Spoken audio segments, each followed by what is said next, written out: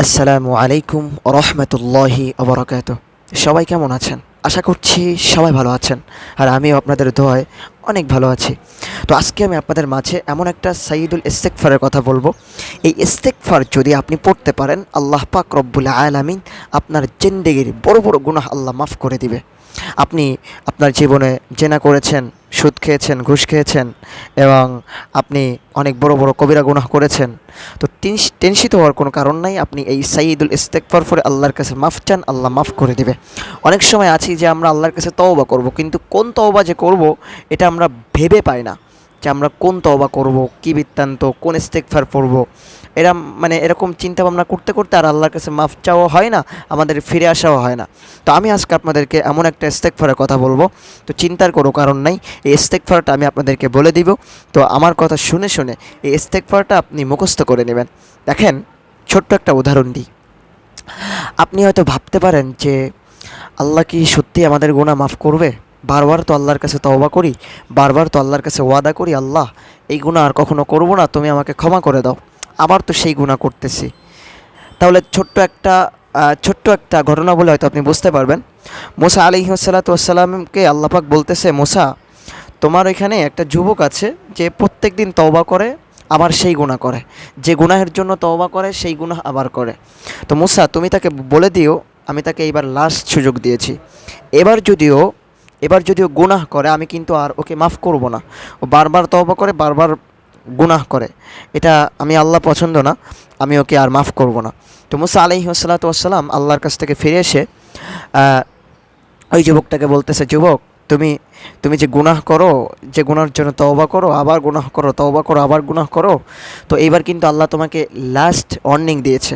তুমি যদি এবার আবার গুনাহ করো, আল্লাহ কিন্তু তোমাকে মাফ করবে না, আল্লাহ কিন্তু তোমাকে ক্ষমা করবে না। তো যুবকটা চিন্তা ভাবনা করতেছে, আসলেই তো ঠিক, যে আমি তো বারবার তওবা করি, বারবার গুনাহ করি, এটা তো আসলে মাফ করার কথা না, এটা আসলে অযৌক্তিকর। তো ওই যুবকটা প্রস্তুতি নিল যে আর কখনো গুনাহ করবে না। এবার লাস্টবার যখন আল্লাহ সুযোগ দিয়েছে, তো ভালো করে পবিত্র হয়ে খুব সুন্দর করে আল্লাহর কাছে তওবা করেছে এই লাস্টবার। তো তওবা করে আল্লাহকে বলতেছে, আল্লাহর কখনো গুনাহ করব না। আল্লাহ এবারের মতো মাফ করে দিয়েছে। এখন ওই যুবকটা তওবা করার পর কিছুদিন পর আবার একই গুনাহ আবার করলো। তো আবার করার পর এখন তো ভাবতেছে যে হাই হাই, এবার তো আল্লাহ মাফ করবে না, কি করব। তো এই যুবকটা বলতেছে যে আল্লাহ, তুমি তো বলে দিয়েছো যে আমার গুনাহ আর তুমি মাফ করবা না, তুমি তো বলে দিয়েছো যে আমাকে আর ক্ষমা করবা না। তো আল্লাহ, যদি এমনটা হয় যে আমার গুনাহের থেকে তোমার রহমত অনেক ছোট, আমার তোমার রহমত থেকে আমার গুনাহ অনেক বড়, যদি এরকমটা হয় তাহলে আল্লাহ আমার গুনাহ তোমাকে মাফ করা লাগবে না। যদি এরকমটা হয় যে তুমি আমাকে কোনো দিন আর ক্ষমা করবা না, তাহলে তোমার সমস্ত বান্দাদের সমস্ত গুনাহ আমার ওপরে চাপায়া দিয়া আমাকে জাহান্নামে দিয়ে আর সমস্ত বান্দাদেরকে তুমি জান্নাতে দিয়ে দাও। আর তুমি যদি মাফ নাই করতে পারো, তাহলে তুমি এরকমটা করো। তো এরকমভাবে যখন তওবা করতে লাগলো, তখন আল্লাহ পাক রব্বুল আলামিন তার তওবাকে এত পছন্দ করেছে, এত তার তওবাকে গ্রহণ করেছে, যে মুসা আলাইহিস সালাতু ওয়াস সালামকে, মুসা আলাইহিস সালাম যখন আবার আল্লাহর সাথে কথা বলতে গেল, যাওয়ার পর আল্লাহ বলতেছে, মুসা, তুমি ওই যুবকটাকে বলে দিও, ওই যুবক যতবার গুনাহ করুক না কেন, তার জিন্দেগিতে যদি গুনাহ করে, তওবা করে, আবার গুনাহ করে, তওবা করে, আবার গুনাহ করে, আমি আল্লাহ তার গুনাহগুলো মাফ করতে থাকবো, এরকমভাবে মাফ করতে থাকবো, মাফ করতে থাকবো। সুবহানাল্লাহ। তো মুসা আলাইহিস সালাম বলল, আল্লাহ, এটা কেমন হলো? তুমি না বললা যে তুমি ওকে আর মাফ করবা না, তো এখন আবার তুমি এরকম কেন বলতেছো? তো আল্লাহ পাক রব্বুল আলামিন বলতেছে, মুসা, আসলে ওই যুবকটা এমনভাবে আমার কাছে তওবা করেছে যে আমি আল্লাহ মাফ না করে আর থাকতে পারলাম না। আমি আল্লাহ তার ওপর খুশি হয়ে গেছি, রাজি খুশি হয়ে গেছি। তো ও যতই গুনাহ করুক না কেন, বারবার তওবা করবে, আমি আল্লাহ বারবার তাকে মাফ করতে থাকবো। এটা তুমি তাকে জানিয়ে দিও, আমার রহমত ওর গুনাহের থেকে কোটি কোটি গুণ বেশি। সুবহানাল্লাহ। এই জন্য আপনি কতটুকু বা গুনাহ করেছেন? আসলে নেকি যতটা করা সম্ভব, নেকি আপনার লাইফে, নেকি যতটা করা সম্ভব, লাইফে কিন্তু এতগুলো গুনাহ করা অসম্ভব। আপনি কতটুকু কতটুকু বা গুনাহ করেছেন বলেন?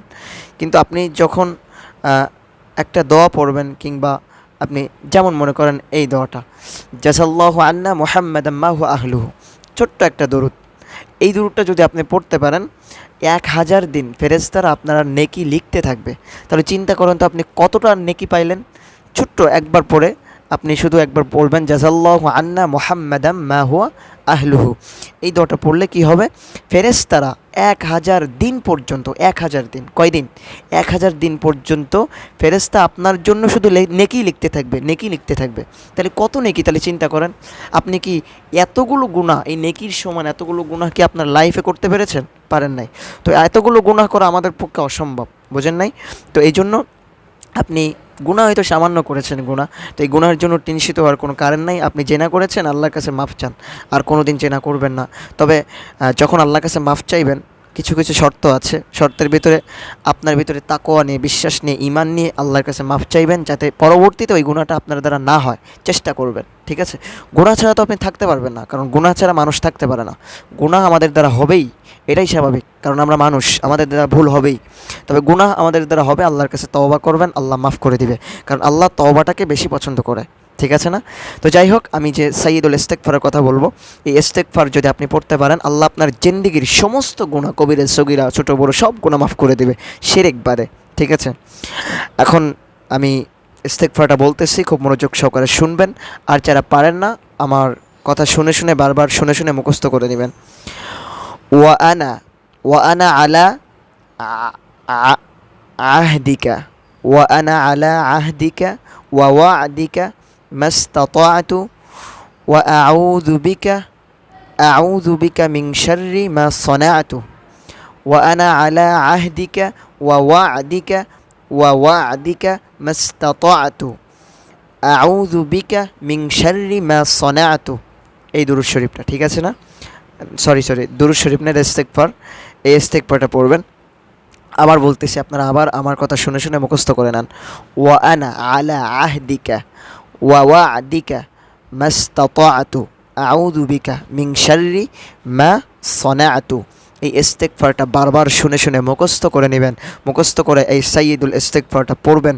আল্লাহ পাক আপনার জিন্দেগির সমস্ত গুনাহ আল্লাহ মাফ করে দেবে ইনশাআল্লাহ। তো আল্লাহ পাক রব্বুল আলামিন আমাদের সবাইকে এই ইস্তেগফারটা বেশি বেশি করার তৌফিক দান করুক। সবাই বলেন আমিন। তো আজকের ভিডিওটা এই পর্যন্ত।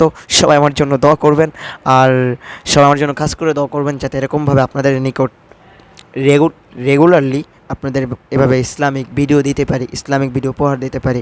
সবাই আমার জন্য দোয়া করবেন, আর আল্লাহ যেন আমাকে সুস্থতা রাখে, আর আমিও আপনাদের জন্য দোয়া করি। আল্লাহ যেন প্রত্যেককে নেক হায়াত দারাজ করে, বেশি বেশি করে নেক আমল করে আমরা সবাই কবরে যেতে পারি, সেই তৌফিক আল্লাহ সবাইকে দান করুক। সবাই বলেন আমিন। আমার কমেন্ট বক্সে অবশ্যই আমিন লিখে যাবেন। তো আজকের ভিডিওটাই পর্যন্ত। এখন আমি বিদায় নিচ্ছি, আবারও দেখা হবে পরবর্তী কোনো ইসলামিক ভিডিওতে। তো আসসালামু আলাইকুম ওয়া রাহমাতুল্লাহি ওয়া বারাকাতুহু।